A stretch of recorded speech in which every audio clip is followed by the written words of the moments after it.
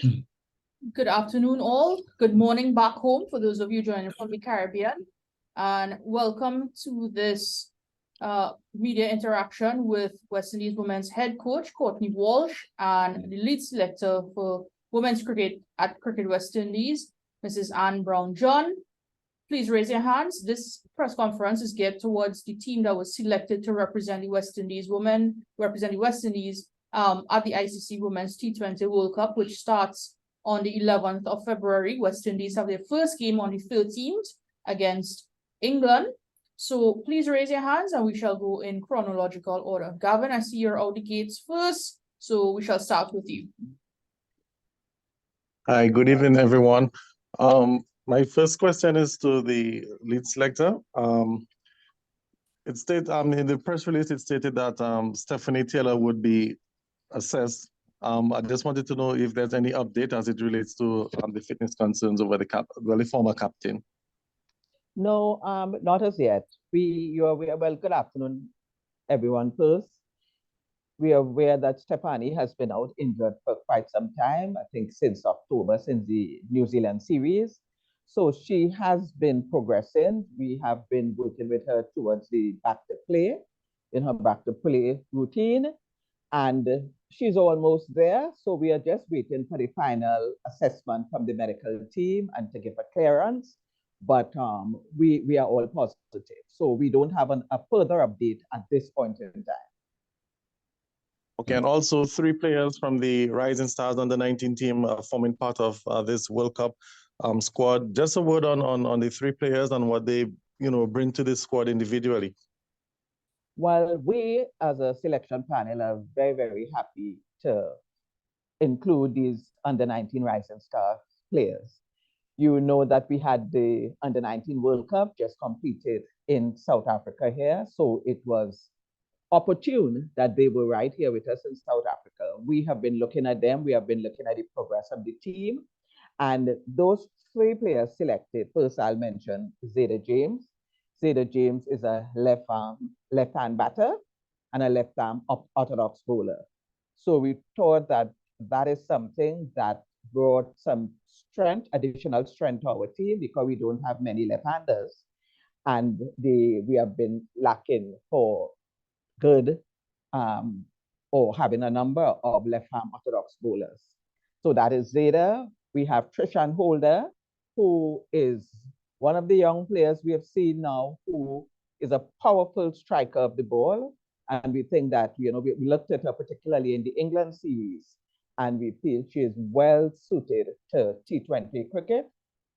And the third one is Janaba Joseph, who I think we would also remember from the T20, from the England series, who a competent batter and a batting all-rounder. She bowls some seamers.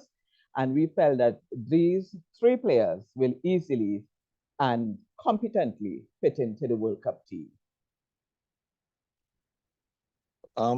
In terms of expectations, what are the realistic expectations given the squad that we have at hand? You said realistic expectations. Everybody going into a World Cup will be going into the World Cup and wanting to win. So we will be going into the World Cup wanting to win. We have put our best team forward. And I always have a view that when match day comes, it's my team against your team on the day and who wants to win more. So our expectations would be that the team would go in, they will play to the best of their ability. I think we have a great blend of experienced senior players, and now we have some young budding players to add to it. And it's all left now for us to see what happens when the matches come around. Thank you very much. Okay. Thanks, Gavin. Brandon, your hand is up, so we'll go with you next. Hi, good afternoon, lead selector and head coach.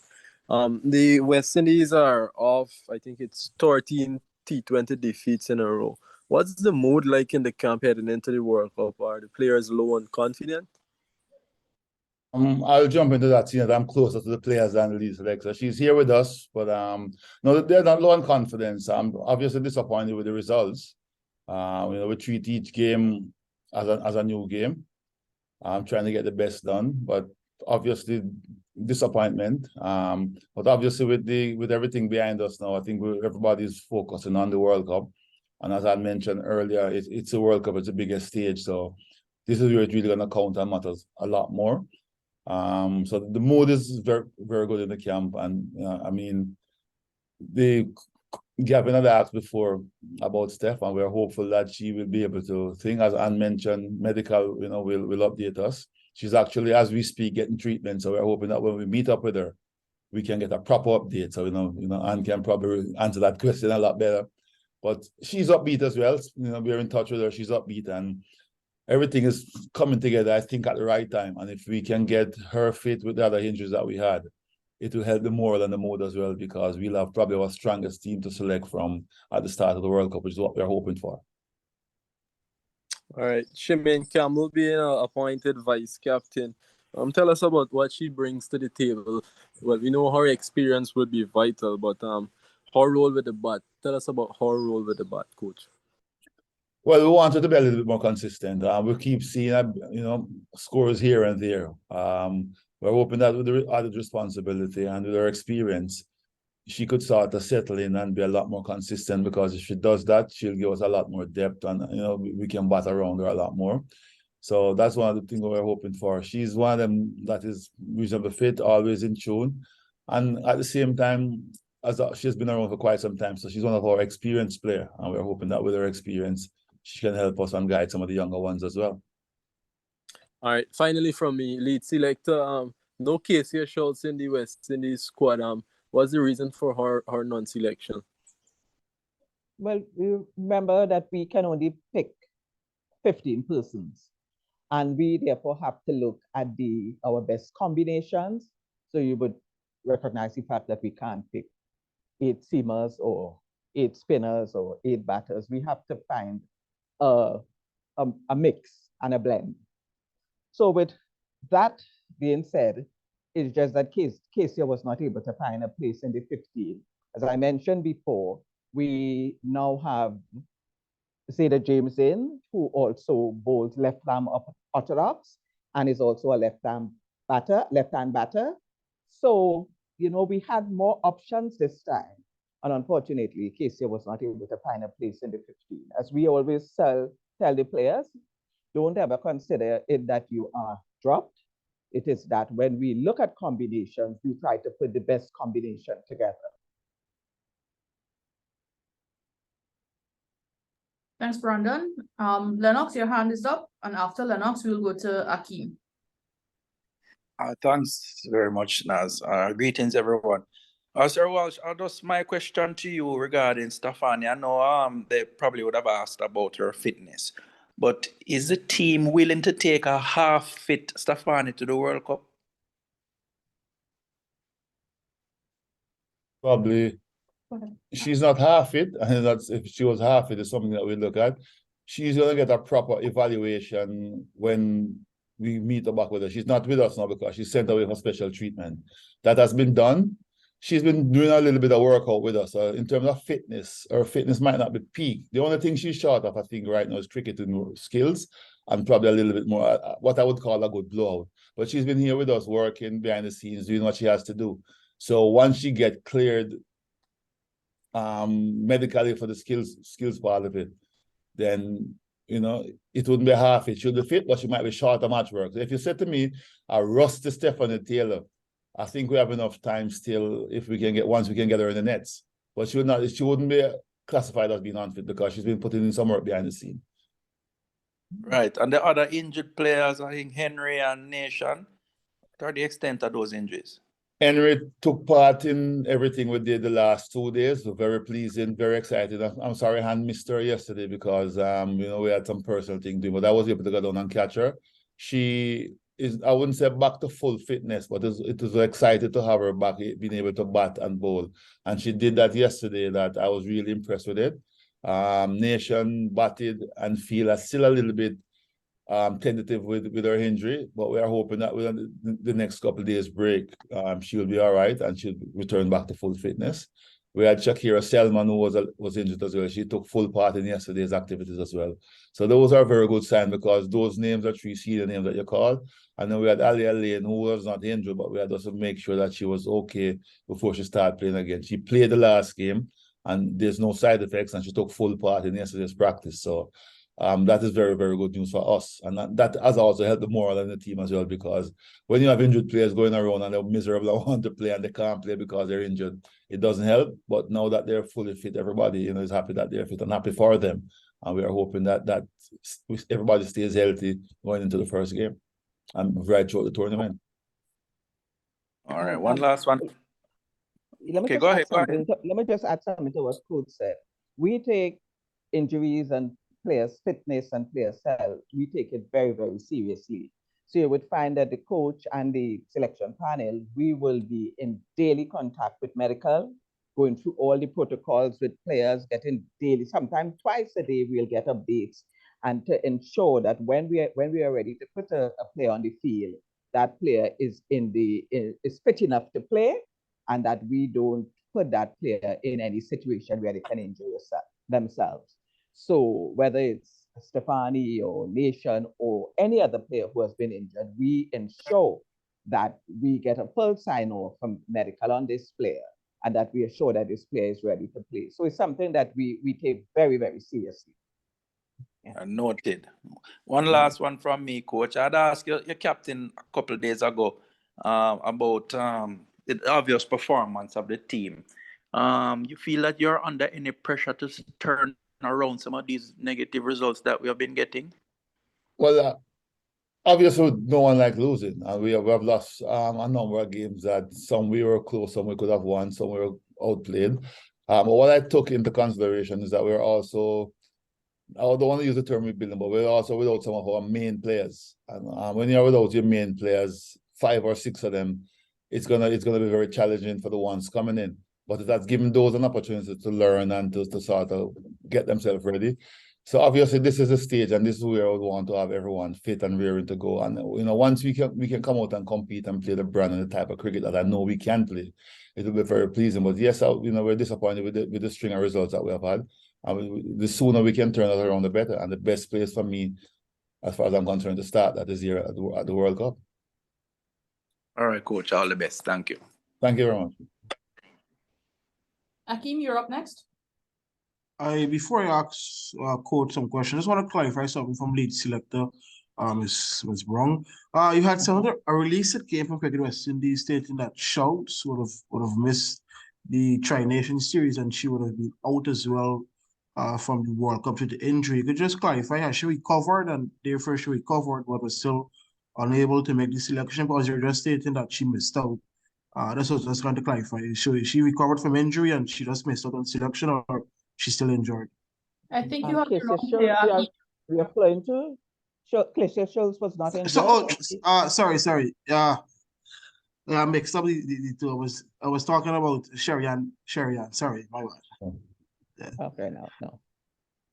The question for head coach, it's on the premise of, given if you do get Stefani back, could we see Haley back at the top? I asked on the premise that if you look at the matches thus far, the team has struggled a bit in the power play, and we know how crucial she is at the top of the order.